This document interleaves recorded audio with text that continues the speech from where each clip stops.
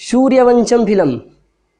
Sooryavansham film के अंदर जो अमिताभ बच्चन साहब थे, उन्होंने अपनी पत्नी को पढ़ा लिखा कर एक आईएएस अधिकारी बनाया था, जबकि उसमें अमिताभ बच्चन बिल्कुल इलिटरेट मतलब एक अशिक्षित व्यक्ति थे और उनके पास भी कोई रोज़गार नहीं था। उन्होंने बड़ी ही मशक्क़त के साथ ट्रक वगैरह चला के, बस वगैरह चला के, उन्होंने बड़ी मुश्किल से अपनी पत्नी का पढ़ाई का खर्चा देकर उसे आईएएस बनाया था। बेटी पढ़ाओ बीवी नहीं, यह लोग बार बार इंटरनेट पर बोल रहे हैं। आलोक मौर्य ने भी यही ऐसी कुछ गलती कर दी है। उसने अपनी एसडीएम साहिबा को पढ़ाया लिखाया। अब इसे मैं गलती कहूँ या अच्छा? भाई देखो, इसमें मैं एक ही बात कहूँगा, जो जिम्मेदारी समझता है, एक जिम्मेदारियाँ समझने वाला व्यक्ति जो होगा वो ऐसी गलती कभी नहीं करेगा। लेकिन हम इस बात से भी पीछे नहीं हट सकते, एसडीएम साहिबा एक जिम्मेदार महिला नहीं है। समस्या ये है, हर महिला अपने से बेहतर पैसे वाला इंसान ही चुनती है। बस इतना है, जब तक उसका सिलेक्शन करने का, चुनाव करने का उसका समय चलता रहता है, वो चुनाव करने के लिए तैयार रहती है। अगर उसकी महिला की कामयाबी होने के बाद उसे ये दिखाई देता है कि मेरा पति मुझसे कम कमा रहा है, मुझसे कम छोटी पोस्ट पर है, मेरे सामने में मतलब हम दोनों खड़े होने के बाद मेरी पोजीशन में कुछ कमी मुझे महसूस होती है, मेरी बेइज्जती होती है, तो वो ऐसे व्यक्ति के साथ कभी नहीं रहेगी। यही एसडीएम साहिबा ने आलोक मौर्य, जो पंचायती राज में सफाई कर्मचारी है, उसके साथ किया।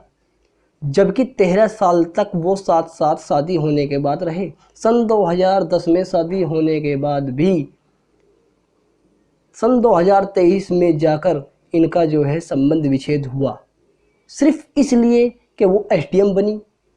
मैं मानता हूँ कि पढ़ाई लिखाई में मेहनत होती है, एक माइंड की बात है, लेकिन पढ़ाई लिखाई में पैसा भी तो लगता है। एक शादी होने के बाद जो अथॉरिटी पति द्वारा नहीं दी जाती, वो उसे दी गई।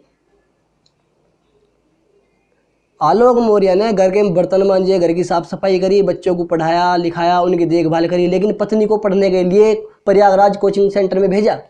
वो वहीं पर रही और लगातार पढ़ी और बराबर पैसा देता रहा। दुनिया भर का कर्ज ले लेकर आलोक मौर्य ने पैसे वहाँ पर पहुँचाए अपनी बीवी को पढ़ाने के लिए। इसीलिए दिए थे क्या इसीलिए दिए थे कि वो एसडीएम बनने के बाद वो उसके पास में जो है आकर ये कहे कि मैं तुम्हारे साथ नहीं रहना चाहती, मुझे Manish Dubey state commandant home guard पसंद है? क्या बीत रही होगी उस इंसान के ऊपर? और वो एसडीएम मौर्य, जो ज्योति मौर्य साहिबा हैं, वो ये कहती हैं कि मुझे इन्होंने झूठ बोलकर शादी की।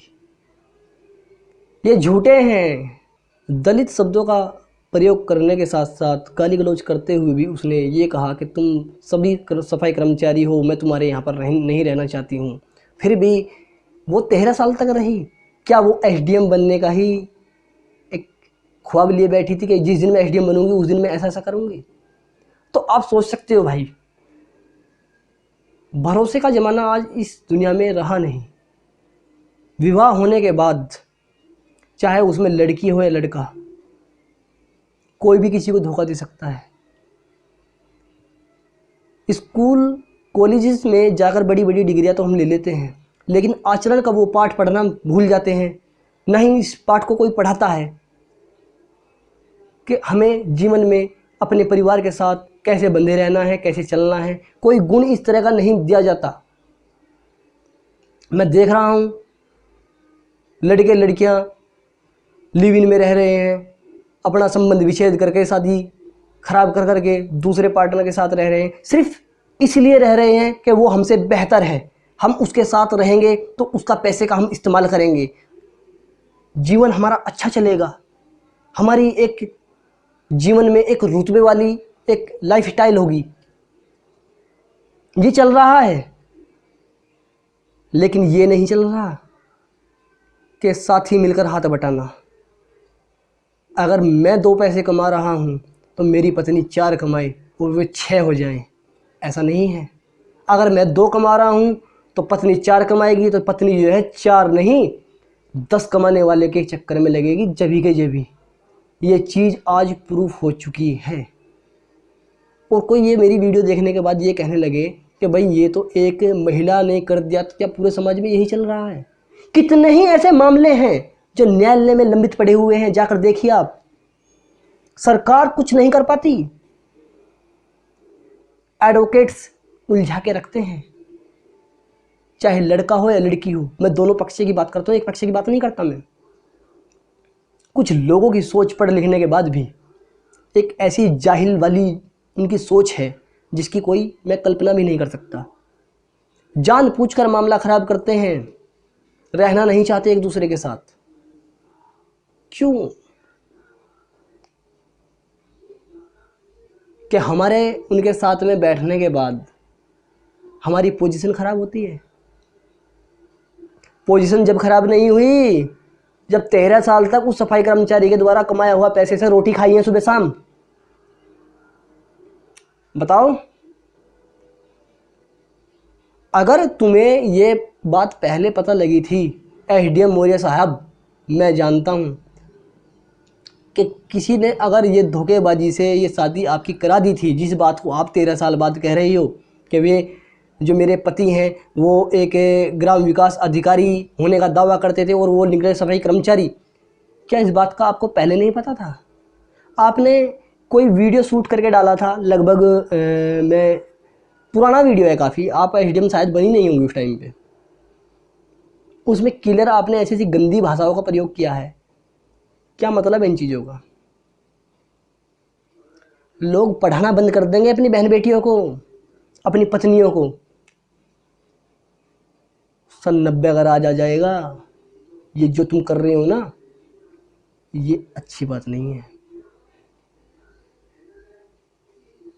2 बच्चियां होने के बाद भी इस तरह का व्यवहार, और वो भी एक एसडीएम साहब द्वारा किया जा रहा है, करते हैं।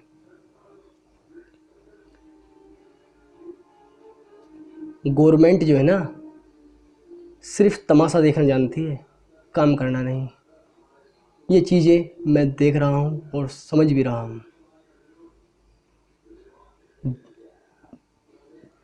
अगर आपको मेरे द्वारा बनाई गई ये वीडियो, इस वीडियो को ज़्यादा से ज़्यादा शेयर करें, और लोगों को बीच में यह वीडियो जब जाएगी तो लोगों को समझ में आएगा कि यह वीडियो मैंने किस लिए बनाया है। अपने बच्चों के लिए एक आचरण, एक उन्हें रहने सहने का तरीका, एक परिवार की जिम्मेदारियां, उन्हें इन सब बातों का एहसास होना बहुत ज़रूरी है, जो कि आज के समय में कोई भी कॉलेजेस और स्कूल्स या कोई भी शिक्षण संस्थान उन बच्चों को नहीं दे पाते। यह सब चीज़ें हमारे अभिभावक ही हमें सिखा पाते हैं, लेकिन आज का युवा, चाहे लड़की हो या लड़का, अपने अभिभावकों के साथ बैठना तो 2 मिनट के लिए पसंद नहीं करता। बस घर में आते हैं, मोबाइल में घुस जाते हैं और बैठे रहते हैं। कोई किसी की कदर नहीं करता। सोशल साइट से इतना आज बुरा हाल हो चुका है जिसकी कोई हद नहीं। तो मैं आपसे निवेदन करना चाहता हूँ, आप अपने बच्चों को पढ़ाएं और अच्छी शिक्षा दें, जो वो आने वाले समय में आपके परिवार का नाम रोशन करे और आपका मान बढ़ाए।